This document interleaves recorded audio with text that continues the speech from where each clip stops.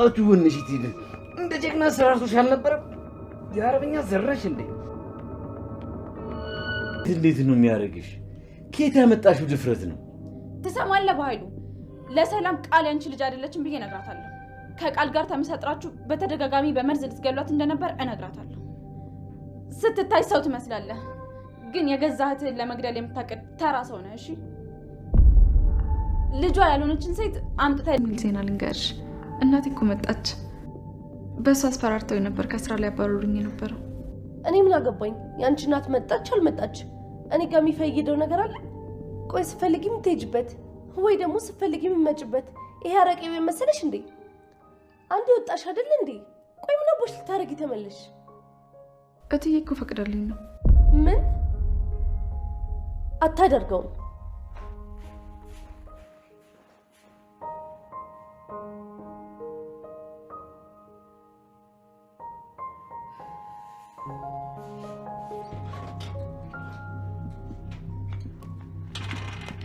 ቆይ ብትመለስ ራሷን አስገባትን ብለሻል ነበር እንዴ? ቆይ እዚህ ቤት ለምንድን ነው እንደፈለገች እንድትፈነጭ ምፈቅጅላት? ቃል እያሳዝናኝ እኮ ነው። ለእናቷ ብላ ነው። አሁን ደግሞ እናቷም ተፈታለች። ቆይ ይሄኛን ይመለከተናል አልፈልግም ብላ አይደል እንዴ ወጣችሁ? ቆይ አሁን ምን አባቷ ልትሰራ መጣች? ይሄኔ የሆነ ነገር አቅዳ ነው የሚሆነው። ምን ልታቅር ትችላለች? እሷ እኮ እንዲህ አይነት ሰው አይደለችም። ማም ስለምንም ነገር በእርግጠኝነት መናገር አትችይም። ቆይ የሆነ ነገር አቅዳ ቢሆንስ? እኔ እንጃ፣ እኔ አይመስለኝም። ይሄ እኮ ነው ችግርሽ። የምነግርሽን አሰሚኝም። እኔ ልጅሽ ያለው ለምንድን ነው ቆይ ለሷ ቦታ መስጫት? ከዚህ በኋላ ከኔ ወይም ከሷ ትመርጫለሽ። እንደሷ አትበየኔ ልጅ፣ እናትሽ እኮ ነኝ። ቆይ ከገረድ የምታሳንሻለች ምን ትሰራልሻለች? ምን ሆነሻል የኔ ልጅ? ለምንድን ነው እንዲህ የምትቆጪው? መቆጣት የገረመሽ? ቆይ እንዴት አልቆጣም? እኔ ልጅሽን ከአንዲት ሰራተኛ ካሳነሽኝ ምን ላድርግ ታዲያ? አቶ በኃይሉ ብሌንን ለመግደል በሌሊት በጨለማ ወደ ሰላም ቤት ያመራል።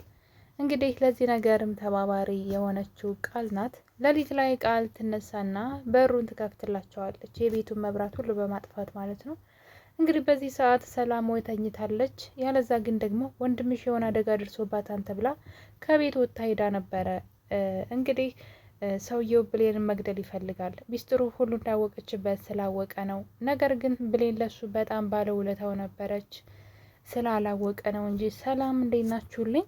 ውድ የቻናሌ ቤተሰቦች ደህና ናችሁ ሆይ? እንኳን ወደ ሰብላይ ዩቲዩብ በሰላም መጣችሁ። አደራ ድራማ ክፍል 13 ላይ አቶ በኃይሉ ብሌንን መግደል ይፈልጋል። ምክንያቱም ደግሞ ሚስጥሮችን ሁሉ አውቃብኛለች ብሎ ስለፈራ ነው። ነገር ግን ከዛ በፊት ግን ቃል የእሱን ሚስጥር እንደያዘች እሱ አያውቅም። ብሌን የአቶ በኃይሉን ቃል ማለት ነው የአቶ በኃይሉን ሚስጥር ይዛ በጣም ለብዙ ሰው በገንዘብ እያከፋፈለች ትገኛለች። እሱን የሚጥል መረጃ ለሰዎች እየሰጠች ነበር። እንዳየናት ከሆነ እንግዲህ እና በርከት ያለ ገንዘብ ፈልጋለሁኝ እያለች ገንዘብ ስትቀበላቸው እንደውም አንዱ ሰውዬ ላኪልኝ ካላት በኋላ በመጨረሻ ግን እንደውም ተይው አንቺ ለበኃይሉ ያልታመንሽ ለእኔ ልትታመኛችም ታይው አልፈልግም ብሎ እንደውም ሲላት ነበርና በዚህ መጠን እንግዲህ ሰላም ቤት ውስጥ ሆና ምንድነው ይሄ ገንዘብ ወዳድነቷ በጣም ጨምሯል።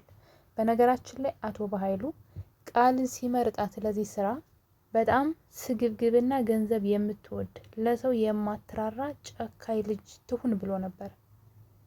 ያው እንግዲህ በመጨረሻ ለራሱ ነው ስለቱን የምትስልለት እንጂ ምናልባት ለጊዜው ብሌንና ሰላምን ልታለያያቸው ለጊዜው ልትጎዳቸው ትችላለች። ግን መጨረሻ ላይ ግን ጉድጓድ የምከተው እሱን ራሱን ነው እንደመረጣት ማለት ነው። እና እንግዲህ ቃል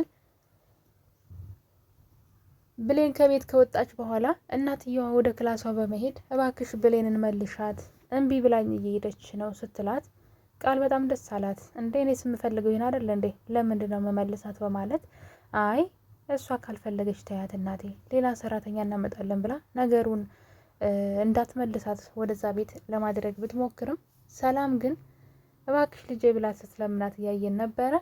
እናም በዚህ መሀል እያሉ እንግዲህ ብሌን የቤቱን በር ከፍታ ስትወጣ ነበረ እናቷ በር ላይ ቆማ ያገኘቻት። በነገራችን ላይ በመጀመሪያ ስትከፍተው በሩን ፊት ለፊት ያየችው ሰው በኃይሉ ነበር የመሰለኝ።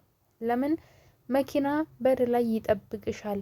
አስቡት እንግዲህ ከከተማው ከዛ ከአካባቢው አርቆ የማታውቀው ቦታ ሊወስዳት ነው የሚፈልገው፣ ሊያባረራት ድጋሚ ወደዚህ ዞር ብላ እንዳትመጣና እሱ በሰላም የእሷን እናት ህይወት ሊያበላሽ ማለት ነውና እንግዲህ በር ላይ ይጠብቅሻል የተባለው መኪና በሩ ሲከፈት ግን ዳግም ከዛ ቀደም ብሎ ይህን መረጃ ስለሰማ በፍጥነት በመሄድ የብሌን እናት ከታገተችበት ይፈታትና ብሌን አደጋ ላይ ናት፣ ቶሎ ብለን ካልደረስንላት ወደማታውቀው ሀገር በመኪና ይዘዋት ሊሄዱ ነው፣ ስለዚህ ቶሎ እንድረስላት በማለት በፍጥነት እንግዲህ ወደ ሰላም ቤት ሄዱና ገነት እናቷና ዳግም ብሌንን ያድኗታል ማለት ነው።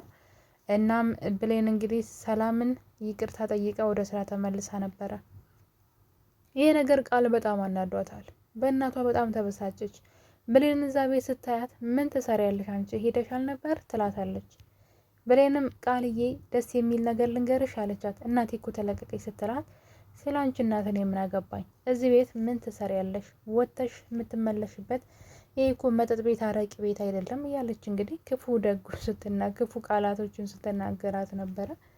እትዬ ፈቅዳልኝ ነው ስትላት ነበረ። በፍጥነት ሰላም እየሮጠች ትሄድና እንዴት ለምን መለሻት ብላ እንግዲህ እናቷ ላይ ስትጮህባት ምናምን ያየን ነው እና እናትየዋ ግራ ገባት። ምን ችግር አለው ብትላት ልጅቷ መጥፎና ተንኮለኛ ናት፣ ተንኮል ልትሰራ ነው እዚህ ቤት የተመለሰችው፣ አትፍቀጅላት በማለት ከእናቷ ጋር ሰጣ ገባ ስትገባ ሰላም ግራ ገባት። እንዴ እኔ እኮ እናትሽ ነኝ አክብሪኝ አለቻት። ቢቸግራት አንቺ እኔን ከአንዲት ሰራተኛ ጋር እኩል እያደረግሽኝ እንዴት ብዬ ላክብርሽ፣ እሷ ከኔ በልጣብሽ አይደለው እያለች እንግዲህ ሰላም ስታንገበግባት ያየን ነው። ቶሎ አባሪያት ወይ እኔን ወይ እሷን መረጭም ስትል ነበረ። ወይ ጉድ! ምንድን ነው የሚባለው? ጊዜ የሰጠው ቅል ድንጋይ ይሰብራል ይባላል። እሷ ጊዜ ሰጥቷት በብሌን ህይወት ውስጥ ገብታ እየኖረች፣ ይሄ ህይወት ለብሌን የሚገባት ህይወት ነው። ለብሌን የሚገባትን ህይወት እሷ እየኖረችው ደግሞ በዛ ላይ ጥጋቧ ነው የገረመኝና ትንሽ ጸባይዋን እንኳን ብታስተካክል የምትፈልገውን ነገር ለመውሰድ ጸባይዋን ብታስተካክል ጥሩ ነበር። ነገር ግን ጸባይዋን ባለማስተካከሏ ምክንያት በቅርቡ እውነቱ ይወጣል ማለት ነው። ራሷ ስትደነባበር ለምንድን ነው ግን ሰው እንዴት እኔ ግራ ገብት ነው ይለኝ። እውነቴን ነው የምላችሁ። የምትፈልጉትን ነገር ለማግኘት እኮ የሆነ ሰዎች አይታችሁ ከሆነ ክፋት ሲሰሩ ወይ ከእናንተ የሚፈልጉትን ነገር ለመውሰድ ምንድን ነው አማርኛው ጠፋብኝ፣ ለስለስ ብለው ማለት ነው። በቃ ለስለስ ብለው ጥሩ ሰው ሁነው ምናምን ከእናንተ ጋር ተመሳስለው ነው የሚኖሩት የሚፈልጉትን ነገር ለማግኘት። ይችኛዋ ግን እንደዛ አይደለም፣ በቅናት ልትሞት ነው። ብሌን የትም ቦታ ብትሆን ለሰላም ለመንገር አታንስም። በስልክ ይነገራን በምንም ትነግራታለች። ቤት ስላለች አይደለም። እና ጸባዩን አሳምራ ብሌንን በፍቅር ብትይዛት ጥሩ ነበረ። ቃል ግን እንደዛ እያደረገች አይደለም። ጭራሽ አሁን ላይ ብሌንን ዓይንሽን ላፈር እዚ ቤት እንዳላይሽ እያለች ብሌን ላይ መዛት ጀምራለች። እና እንግዲህ ይህን ነገር በዚህ እንዳለ ብሌን ወደ እናቷ ቤት እናቷን ለማየት ትሄዳለች። እናም በር ላይ ስትደርስ ነበረ ዳግም ከብሌን ቀድሞ ወደ ብሌን እናት ቤት ሄዶ ነበረና ከሄደ በኋላ እግሯ ስር ተደፍቶ ይቅር በይኝ፣ አሳስተውኝና አስፈራርተውኝ ነው በእናቴ አቶ በኃይሉ ነው እንዳግትሽ ያደረገኝ ሲል ነበረ። ብሌን በር ላይ ሆና የሰማችው ወሬውን እና ብሌን እንግዲህ በንዴት ነበረ ወደ አቶ በኃይሉ ቢሮ ወደሚሰራበት ትሄዳለች። ያ ታሬ የሚባለው እንግዲህ ተላላኪው ብሌንንም እናቷንም ለመግደል ከአንዴም 2 ጊዜ ሞክሮ ነበር አይደለ? እሱ ሰውዬ ነበር አብሮና እና ብሌን እንግዲህ ትሄድና አቶ በኃይሉን አንተ ማን ስለሆንክ ነው የኔን እናት የምታግታት በማለት ታስፈራራዋለች። እሱን ፈራ። ያቺ ህጻን ልጅ እንዴት እንደዚህ ልታረግ ቻለች ብሎ ፈራት። እናም እንግዲህ ምን ታመጫለሽ ጩኸሽ ነው ምናምን የምትቀሪው ምናምን አይነት ነገር ሲላት፣ እሷ ግን ጠብቀኝ፣ ሚስጥርህን ሁሉ ለእህትህ እነግርልሃለሁ፣ ቃል የሰላም ልጅ እንዳልሆነች ነግሬ ጉድህን አወጣዋለሁ። አንተ ባለጌ አይደለም ለእኔ ለግዛቴ የማትሆን ጨካኝ ነህ በማለት እንግዲህ ብሌን የአቶ በኃይሉን ሚስጥር እንዳወቀችና በዛም እንደምታስፈራራው ድጋሚ ከኔና ከቤተሰቦች አጠገብ ከደረስክ ወዮልህ፣ ይህን ሚስጥር ለሰላም እነግራታለሁ ብላ እንግዲህ አቶ በኃይሉን ስታስፈራራው እያየን ነበረ። አቶ በኃይሉ ይደነግጥና ወዲያው ቃል ጋር ደውሎ ብሌን ወደ ቤት እየመጣች ነው፣ እናም እንግዲህ አንቺ የሰላም ልጅ አለመሆንሽን ልትነግራት ነው፣ እናም እራስሽን አዘጋጅ አስቁሚያት አይነት ነገር ይላታል ማለት ነው። ብሌን ወደ ሰላም ቤት ስትሄድ ሰላም ቤት አልነበረችም። እናም ብሌን ስልክ መደወል ትጀምራለች። ቃል ስልኩን ትነጥቃትና ምን ሆነሽ ነው? ለምንድነው እናቴ የምትደውይላት? ለስራ እኮ ነው ሄደችው እያለች መጮህ ብትጀምርም እናቴ ስትል ነበር። እናትሽ አይደለችም ውሸታም አጭበርባሪ በማለት እናትሽን እፈልጋታለሁ ብላ እንግዲህ ሰላምን ደውላ በፍጥነት ሰላም ወደ እነሱ እንድትመጣ ስትጠይቃት ያየን ነበረ። እንግዲህ በመጨረሻም ሰላም ወደ ቤት ትመጣለች ማለት ነው። ብሌን እያለቀሰች ነበረ። እውነት ለመናገር ከሆነ ብሌን ቃል ያንቺ ልጅ አይደለችም የሚለውን ነገር መናገር አትፈልግም። ምክንያቱም ደግሞ እሱን ተናገረች ማለት ከዚህ በኋላ በኃይሉን የምታስፈራራበት ምንም አይነት ሚስጥር አይኖራትም ማለት ነው። ስለዚህ እሱን ሳይሆን መናገር የፈለገችው አቶ በኃይሉ እናቷን እንዳገተባት ነው። እና እንግዲህ ሰላም ትመጣለች እንደጠራቻት ማለት ነው። ከመጣች በኋላ ልታወራ ስትል ቃል በመሀል እየገባች እንዳታወራ ስትከለክላት በተደጋጋሚ ሰላም ታያለች። ሰላም ግራ ገባት። ለምንድን ነው እያወራው በመሀል የምትገቢው? በመጀመሪያ ቃል እናቷ ሰላም ወደ ቤት ስትገባ ከተቀመጠችበት ብድግ በማለት በፍርሃት ትደነባበር ነበር እና ሰላም ግራ ገብቷት ልጅ ቃል ምን ሆነች ነው ስትላት እውነት እሱን የምትናገር ስለመሰላት ነበረ። ብሌን ግን እንደዛ አታደርግም። ምክንያቱም ይሄ መረጃ ለሷ በጣም ትልቅ መረጃ ነው። እናቷን የምትጠብቅበት አቶ በኃይሉን ደግሞ የምታስፈራራበት መረጃ ነው። ስለዚህ ቀድማ መናገር የለባትም ብዬ አስባለሁ። ሰላም ግን እሷን እያወራቻት እያለ ነበረ ቃል አቶ በኃይሉ ጋር ትደውልና ሰላም ወደ ቤት እንደመጣችና ብሌን እውነቱን ልትነግራት እንደሆነ ትነግረዋለች። አቶ በኃይሉም በፍጥነት ሰላም ጋር ስልክ ይደውልና እሱ ሳይሆን ሌላ ሰው እንዲደውልለት ያደርግና ወንድምሽ አደጋ ደርሶበታል የሚል መረጃ ይደርሳታል። ሰላምን በድንጋጤ እንግዲህ እንኳን ልታወራት የያዘችውን ጥላ እየሮጠች ከቤት ወጥታ ሄዳለች።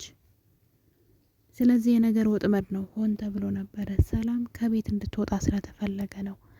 ምክንያቱም ደግሞ ብሌንን ሊጎዷት ስለፈለጉ ሰላም ወደው በራ ከቤት ትወጣለች።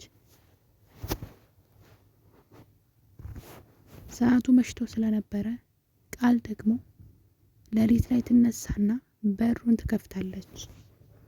አቶ በኃይሉና ታሬ ወደ ሰላም ቤት በሌሊት ይመጣሉ። ብሌን ተኝታ እንቅልፍ ይዟት ስለነበረ ወደ ክፍሏ ይገቡና ብሌንን በተኛችበት ልክ ቀና ስትል አቶ በኃይሉ ነበረ። እናም እንግዲህ አፍኖ ሊገላት እየታገለ ይገኛል። ብሌንን መቼም አይገላትም። የሆነ ሰው ምናልባትም ዳግም ሊደርስላት ይችላል ብዬ አስባለሁ። ሰላም ቤት ያለች አይመስለኝም። እና እንግዲህ የድፍረቱ ድፍረት ልጅቷን ለመግደልም ደግሞ በቅቷል ማለት ነው። አቶ በኃይሉ ሚስጥሩን ስላወቀችበት። በነገራችን ላይ አቶ በኃይሉ ከብሌን አንድ ትልቅ መረጃ አላት ስለ ቃል ማለት ነው። ቃል አቶ በኃይሉን እንደከዳቸው ብትነግረው መልካም ነው ብዬ እላለሁ። ምክንያቱም ቃል ለራሷ ነው ሁሉን ነገር እያመቻቸች አለችው ብዬ አስባለሁ። የአቶ በኃይሉን ፋይል ይዛ አቶ በኃይሉ አሁን ላይ ነገሮችን እንዲያመቻችላት ብሌንን እንዲያስወግድላት የሰላም ንብረት ደግሞ በስሟ እንዲሆን እንዲያግዛት ትፈልጋለች፣ ብቻዋን ማድረግ ስለማትችል እና እንግዲህ የሰላምን ንብረት በእጇ ካስገባች በኋላ እጇ ላይ ያለውን የአቶ በኃይሉን ወንጀል ፋይሎች ማለት ነው ለፖሊስ በመስጠት አቶ በኃይሉ ወደ እስር ቤት እንዲገባ ካደረገች በኋላ ንብረቱ ሁሉ የእሷ የግሏ እንዲሆን ነው ሀሳቧ። ይህ ሚስጥሯን ግን አንዲት ጓደኛዋ ወደዛ ቤት መታ እንግዲህ ብሌን የሰማች ቀን ማለት ነው። አንዷ ጓደኛ ከሷ ጋር ጎዳና ላይ አብራት የምትኖር ጓደኛዋ ወደዛ ቤት ስትመጣ ይህን እቅዷን ስታወራ ሰምታት ነበረ። ነገር ግን በመጨረሻ ጓደኛዋ ጋር ሲጣሉ ወይም ደግሞ ከቤት እንድትወጣላት በስራ ስታስወጣት ጓደኛዋ የሆነ ነገር አለች። በቀጣይ ጠብቂ፣ ሚስጥርሽን እንዳወቅኩኝ ያላወቅሽ መሰለኝ፣ በቀጣይ ስመጣ ሚስጥርሽን ላፈነዳው ነው የምመጣው እያለች ነው እንግዲህ ብሌን። እሷ የእሷ ልጅ እንደሆነች ባታውቅ እንኳን ሚስጥሩን ብትሰማ ላትናገር ትችላለች። የቃል ጓደኛ ግን ይህን ሚስጥር ለሰላም የሆነ ጊዜ መታ መናገሯ የማይቀር ነው። እኔ ግራ የገባኝ ግን የብሌንና የእናቷ ነገር ነው። ዳግም እናቱ ቤት በተደጋጋሚ እየሄደ ነው። ገነትን በተደጋጋሚ እያገኛት ነው። ምን ዋጋ አለው ግን እናቱ እንደሆነች እንኳን ማወቅ አልቻለም። ትንሽ እንኳን ቢጠረጥር ነገሩ ሁሉ እኮ ተገጣጥሟል። እናቱን የሚያስፈራራው ወይም ደግሞ እናትህን እገላታለሁ እያለ የሚለው ሰው የብሌን አሳዳጊም እገላታለሁ የሚል ሰው እንደሆነ እሱም ደግሞ ከአቶ በኃይሉ ጋር የተያያዘ ጉዳይ እንደሆነ ማወቅ ነበረበት። ለምን እንዳልጠረጠረ አላውቅም፣ ግን እናቱ ቤት በተደጋጋሚ እየሄደ ነው። እንግዲህ እንዴት እውነቱን ሊያውቅ እንደሚችል ባላውቅም ማለት ነው። ነገር ግን እጁ ላይ ያለውን ፋይል ተጠቅሞ አቶ በኃይሉንና ታሬን ማስፈራራት ይችላል።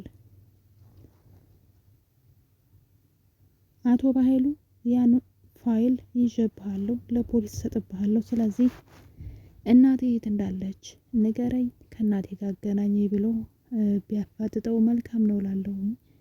ግን እንደዛ እያደረገ አይደለም። ጭራሽ የገዛ እናቱን ለማያውቃት ሴት ማለት እናቱ ማን እንደሆነች አያውቅም። ነገር ግን እናትህን እንደዚህ ያደርግብሃለሁ ስለተባለ ብቻ የብሌን አሳዳጊ አግቷል። ስለዚህ የሚያሳየው በጣም ራስ ወዳድነቱን ነው ማለት ነው። እና እንግዲህ አሁን ላይ ነገሮች ሁሉ ከቁጥጥር ውጭ እየሆኑ ይገኛሉ። ምናልባትም ብሌን የሆነ ሰው ካልደረሰላት ልትጎዳ ትችላለች። ሁለቱም ሆነው ነበር ወደ ፍራሽ የገቡት። እናም እንግዲህ እሷን ገሎ ሚስጥሩን ለመደበቅ ቢሞክርም ግን ሚስጥሩ የእሱ የፍራሹ ሚስጥር ቃል ጋለ። ስለዚህ እሱም ጉድጓድ ገቢ ነው ማለት ነው። እና የንግድ ቤተሰቦች እንግዲህ አደራ ድራማ ክፍል 13 ላይ አቶ በኃይሉ ብሌንን